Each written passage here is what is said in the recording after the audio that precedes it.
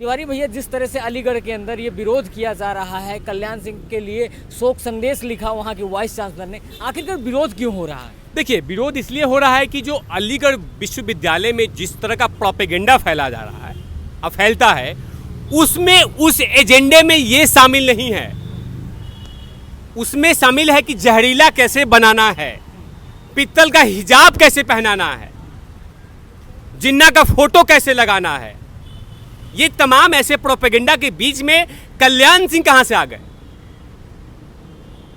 लेकिन ये भूल गए हैं वहां के छात्र कि वो एक संवैधानिक पद पे थे। जब वो मुख्यमंत्री होंगे तो उन्होंने जब फंड में रिलीज किया होगा तो उनके सिग्नेचर से अलीगढ़ विश्वविद्यालय का पैसा जाता होगा ना, टैक्स से। तो उस समय ठीक है, माने जब तक आपको खजाना मिल रहा है सब कुछ ठीक है। लेकिन जैसे ही आपके प्रोपेगेंडा में वो चीज़ें फिट नहीं बैठता तो आप लोग बोल देते हो कि ये गलत है। शर्म आ रही है ऐसे वाइस चांसलर पे, ऐसे कुलपति पे। क्यों? क्या कर दिया उन्होंने? शोक सभा तो किया था, अशोक सभा का संदेश तो दिया था। अरे किसी के मृत्यु पे तो दुश्मन भी ट्वीट करता है, खेद जताता है, दुख जताता है। अब वो कोई टेररिस्ट नहीं थे। माने आप लोग आतंकवादियों के लिए छाती पीटे तो बहुत अच्छी बात है। वो कौन सा अजमल, क्या नाम है, अफजल हम शर्मिंदा हैं, तेरे कातिल जिंदा है, उसके बयान को लो, वाह वाह लूटो, वो अच्छी बात है, उसमें समर्थन करो, अच्छी बात है। काश वो मेरे प्रांगण में होता तो ये ठीक था। देश तेरे टुकड़े होंगे इंशाल्लाह इंशाल्लाह के नारे लगाए जाते हैं, वो ठीक है, वो बिल्कुल एकदम दिक्कत नहीं है। वो मौलिक अधिकार है, बोलने की आज़ादी है। उनको अब आज़ादी नहीं है, बोलने की आज़ादी वाइस चांसलर को। क्या दिक्कत है? गवर्नर थे ना, मुख्यमंत्री थे ना, विधायक थे ना, सांसद थे ना।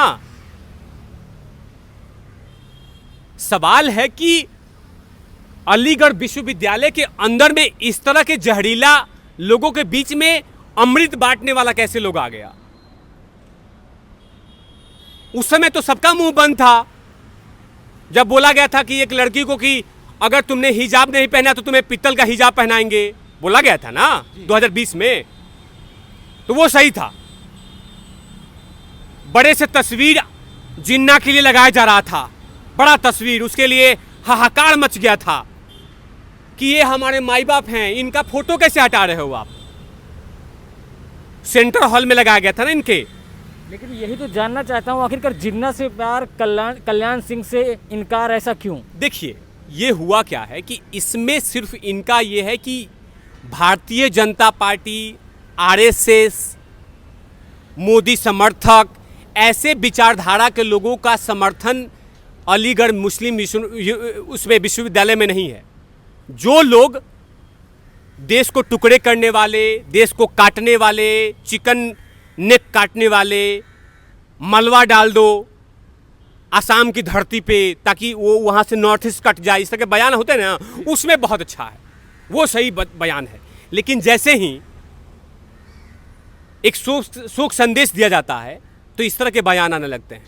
इससे पता चलता है, मैं तो आपके चैनल के माध्यम से योगी जी से विनती करता हूं कि एक समुदाय के लिए नहीं, उसमें पूरी तरह से खोल दीजिए दरवाजा, वरना इस तरह के जहर और भी शब्दों निकलेंगे। ये बताइए, एक कुलपति पे ये शब्द का इस्तेमाल करना कि हम शर्म आती है हमें।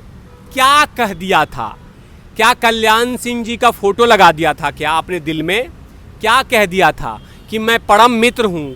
अरे पूर्व मुख्यमंत्री हैं, पूर्व राज्यपाल हैं, यूपी के धरती से आते हैं, आई थिंक अलीगढ़ से आते हैं, अलीगढ़ के आसपास से आते हैं, उसी जमीन के बेटे हैं, तो दिक्कत कहाँ है?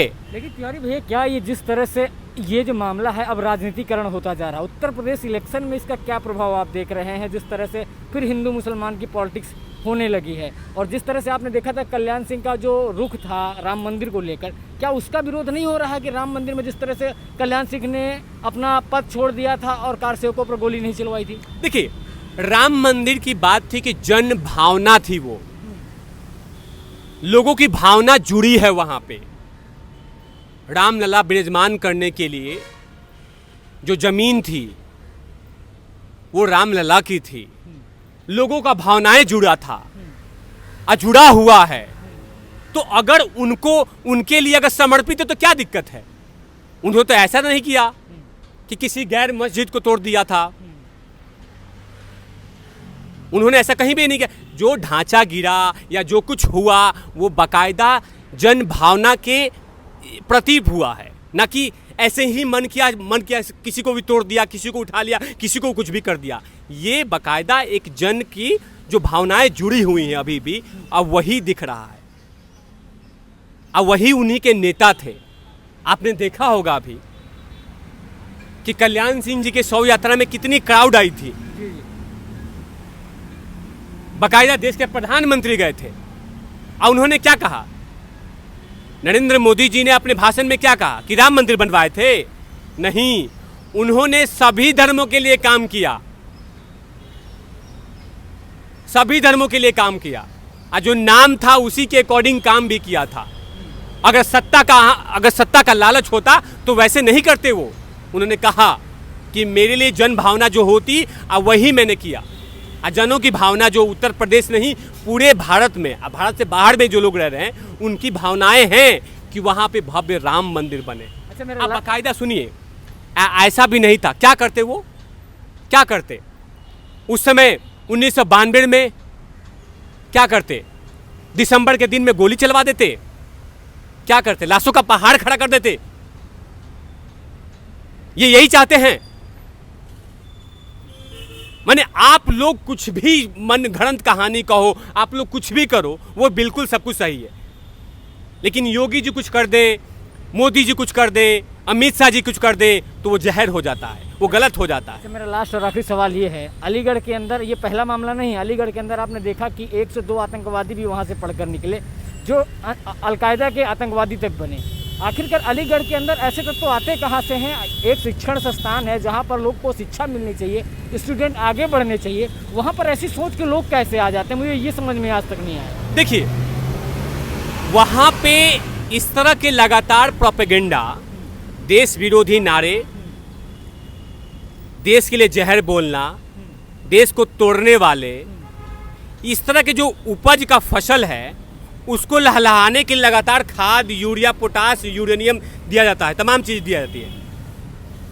लेकिन जैसे देखा जाता है कि यहाँ पे वो व्यक्ति आ रहा है जो इन तमाम को चीज़ों को तोड़ देगा, इसका पोल खोल देगा। अब तालिबानी हुक्म इसको बोलेंगे ना आप कि एक लड़की को हिजाब के लिए ज़बरदस्ती कहा जाता है कि आपको अगर आप हिजाब कल से नहीं लगाओगे तो मैं आपको पीतल का हिजाब लगा दूंगा।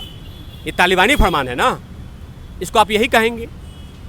क्योंकि वहाँ पे इस तरह के जो देश विरोधी ताकतों का लगातार प्रदर्शन होता रहता है, उसके लिए एक्सपेरिमेंट लैब बन चुका है। जैसे जेएनयू में कहीं ना कहीं एक संगठन है जो इस तरह की चीज़ों को पनपाता है, उपजाता है। लेकिन दुख जब इन लोगों को होने लगता है जब इनका प्रोपेगेंडा को तोड़ने के लिए कोई लोग चले जाते हैं। अब वाइस चांसलर ने एक अच्छा काम किया, मैंने एक अच्छा संदेश दिया कि हम जिस यूनिवर्सिटी के वाइस चांसलर हैं उसमें लगातार ये कहा जाता है कि यहाँ पे जहरीले लड़के निकलते हैं, यहाँ से ये होता है, वहाँ से यो होता है। तो उन्होंने एक संदेश दिया है कि हाँ, हम सभी भावनाओं का सम्मान करते हैं, हम सभी छात्रों का सम्मान करते हैं, छात्राओं का सम्मान करते हैं। एक सही मैसेज था। लेकिन इसको क्या है कि शर्मिंदा हो गए। अच्छा, तो वहाँ पे अजमल को ठीक है, अजमल के लिए खूब शासन चले, मैंने जिन्ना का मूर्ति बनवा दे योगी जी तो बहुत अच्छा हो जाए। वहां पे 20 फीट, 40 फीट, 60 फीट, 150 फीट का मूर्ति बनवा दे जिन्ना के लिए। अरे वाह, क्या चीफ मिनिस्टर है वहां पे। चिकन नेक काटने वाले का वहां पे नाम दिलवा दे, रोड गलवा दे, गली निकलवा दे। जैसे आप जेएनयू में जाएंगे तो वहां पे अलग अलग गली बनाया गया है कि ये रोड, वो रोड, तमाम लेफ्टिस्ट के नामों को दे रखा है कि ये रोड, वो रोड दे दिया गया है। तो वहाँ पे जो चिकन नेक काटने वाले हैं, उमर खालिद लोग हैं, उनके लिए कुछ बना दो, सभागार, हॉल बना दो।